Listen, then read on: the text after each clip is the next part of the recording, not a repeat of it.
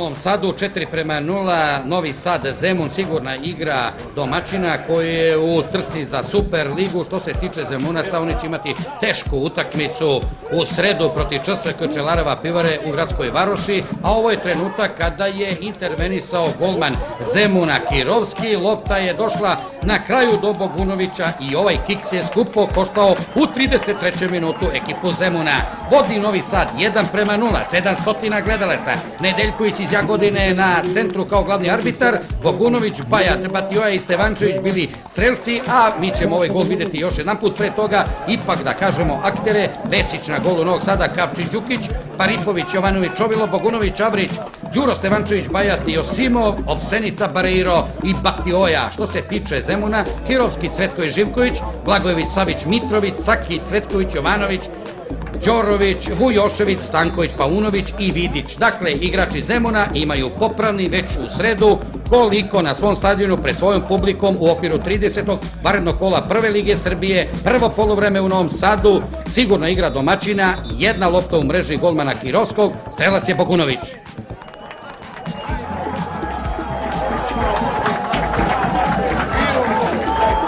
33. minut, Novi Sad Zemun 1:0. Novosađani su krenuli u drugom poluvremenu u stilu ovoga voza koji ide baš neprirodno velikom brzinom, iako je ovde i naseljeno mesto. Dakle, za samo 10 minuta odbrana Zemuna savladana je još 3 puta, a Bajat je u 51. minutu posle jedne školske akcije iz fudbalskih udžbenika na drugoj stativi dočekao loptu. Loše su intervenisali odbrani Zemuna, a navijači ovde zadovoljni, malo smetali i našem snimatelju.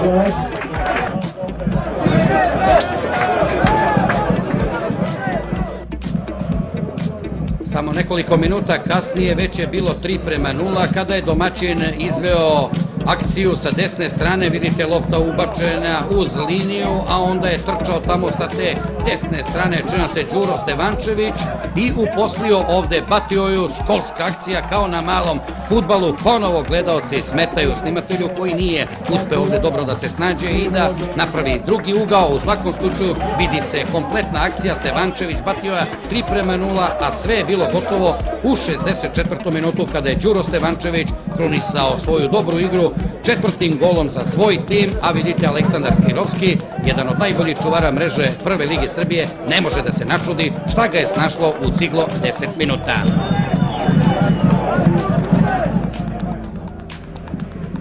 Kažemo, sve je bilo gotovo u Novom Sadu u 64. minutu. Novosadski Brazilci imaju žute dresove kao ekipa Brazila, a zašto smo apostrofirali Novi Sad? Pa to su sve majstori, mađioničari fudbala. Uvek ova lopta ide na talonu i po zemlji, dakle nema prebacivanja igre i pogledajte na skoro istovetan način na krivoj nozi je Kirovski kontraugao Đura Stevančevića, 4:0, silna radost i po mnogima najbolja igra ovoga proleća novosadskog tima. Piramida radosti na stadionu Detelinara u Novom Sadu, Novi Sad 4, Zemun 0.